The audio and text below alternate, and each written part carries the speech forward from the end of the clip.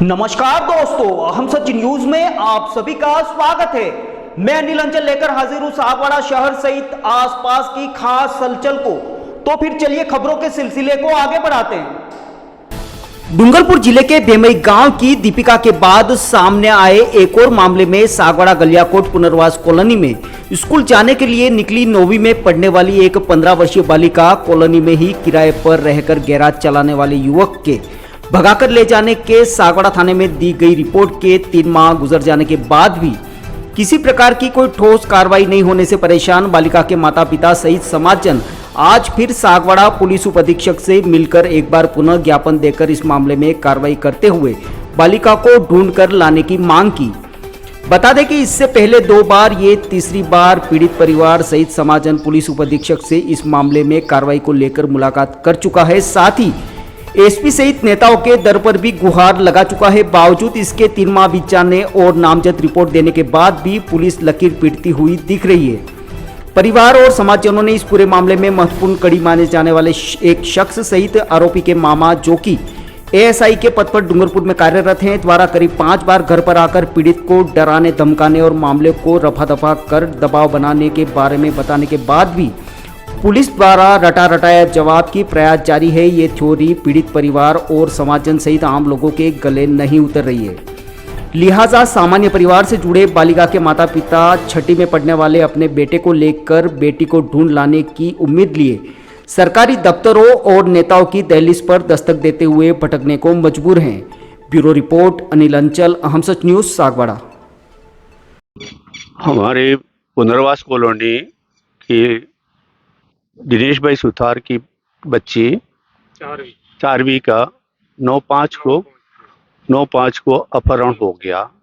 बच्ची नाबालिग है, 15 साल की है और हमने नामजद बताया था कि ये आदमी इसके साथ ये अपहरण करके लेके जाया है, क्योंकि वो आदमी इनसे बार बार संपर्क करता आया था। आज हमारे को 3 महीने के बाद, 3 महीने की अवधि में कांग्रेस अध्यक्ष दिनेश जी को, डीवाईएसपी साहब को, सीआई साहब को, कलेक्टर साहब को ज्ञापन दे चुके हैं और 3 महीने से आज तक हर आदमी यही कहने लगे हैं कि हम कार्रवाई कर रहे हैं, हमारे प्रयास के कोई कमी नहीं है। अभी तक हमारी बच्ची, आज तक कोई सुराग नहीं मिला और कोई कार्रवाई नहीं हुई। हर जगह यही समाचार देते हैं कि हम प्रयास कर रहे हैं, हमारे प्रयास के पास कोई कमी नहीं है। अभी डीवाईएसपी साहब के वहाँ तीसरी बार हम समाज का डेलीगेशन लेके गए हैं। इन्होंने भी आज यही फिर आश्वासन दिया कि हमारे प्रयास में कोई कमी नहीं है। लेकिन आज ये स्थिति हो गई है कि पहले संभाग तक, हमारे चोखले की तक बात थी, अभी दोनों जिलों डूंगरपुर बांसवाड़ा की हो गई। अब संभाग स्तर पे लोगों में बहुत जबरदस्त रोष व्याप्त है और ये अब तक कार्रवाई करने का मैं समाज से, सभी समस्त सप्रांत महानुभावों से निवेदन करना हो कि आज हमारी कॉलोनी का 3 महीने से हमारे अपहरण हो गया नाबालिग बच्ची का, और हमें मतलब किस तरह से समाज में रोष व्याप्त है, उसके पिता पे क्या गुजरी होगी, इसकी कल्पना किया जा सकता है। आपसे सबसे निवेदन कर रहा हूँ कि समाज में इसके लिए ठोस कार्रवाई करने की अनुरोध करता हूँ, पुलिस से, प्रशासन से और समाज प्रबुद्ध बनोजनों से। मैं रमेश सूत्रधार, संभाग अध्यक्ष डूंगरपुर और बांसवाड़ा उदयपुर का अध्यक्ष बोल रहा हूं, और हमारे संभाग स्तर से लगा के राज्य स्तर पर अभी जबरदस्त फोन आने लग गए हैं। यदि आज कार्रवाई नहीं की तो ये बात संभाग से लगा के जयपुर राज्य स्तर तक जाएगी और आगे प्रशासन को भारी पड़ सकता है। यदि हमने 5 दिन का समय दे रहे हैं, प्रशासन को नहीं किया, तो कल हम थाने में जाके 5 दिन बाद हम समाज के लोग सब सागवाड़ा थाने में उपस्थित होके उनको जवाब मांगेंगे कि आपने क्या कार्रवाई की। मैं आप सबसे पुनः निवेदन करना चाहता हूं, प्रशासन से, पुलिस से और सभी प्रबुद्ध बनने से, कि हमारी बच्ची को जल्दी से जल्दी यथा प्रयास करके, पुलिस के लिए असंभव नहीं है, ऐसा हो ही नहीं सकता कि किसी का सुराग नहीं मिले और नहीं हुआ। 3 महीने से ये इस तरह से हो रहा है, तो आज हम किस तरह से एक पिता पे गुजरी होगी और अंदाजा लगा सकते हैं। मैं आप सबसे निवेदन पुनः करते हुए अपनी बात समाप्त करता हूँ। धन्यवाद। फिर पुनः हम जिला कलेक्टर को ज्ञापन देने जा रहे हैं। इस कार्रवाई के बावजूद भी अगर हमारे प्रशासन ने हमारे सामने कोई कार्रवाई नहीं की तो हम धरना प्रदर्शन और आंदोलन करेंगे। ठीक, धन्यवाद।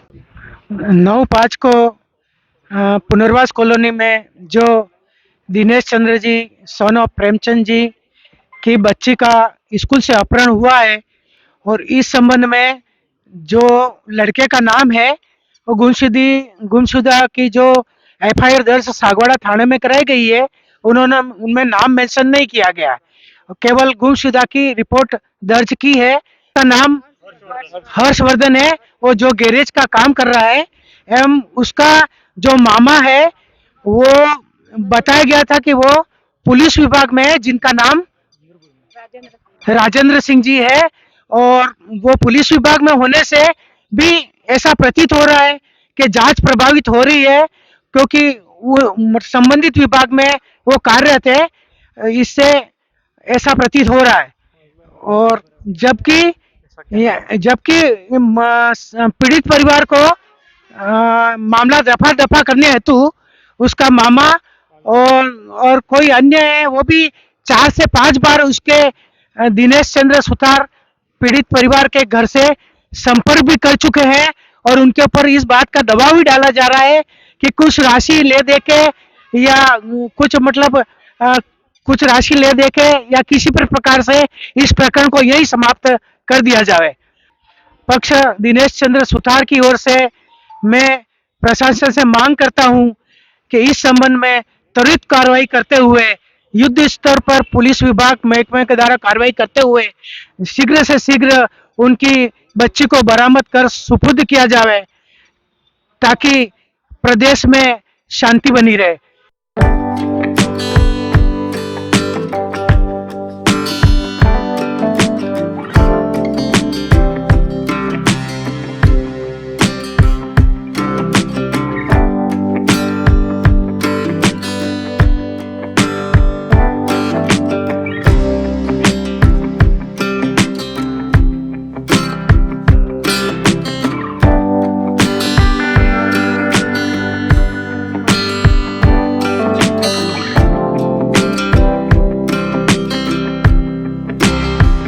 बालाजी नगर सागवाड़ा शहर के आसपास नहीं, शहर के बीच में विकसित होती कॉलोनी पक्की सड़कें व गार्डन की सुविधाओं के साथ सरकारी हॉस्पिटल, सरकारी बस स्टैंड 100 मीटर दूरी पर, शहर के सभी बड़े निजी हॉस्पिटल व सरकारी कार्यालय 500 मीटर दूरी पर। संपर्क करें पीयूष 8822668833।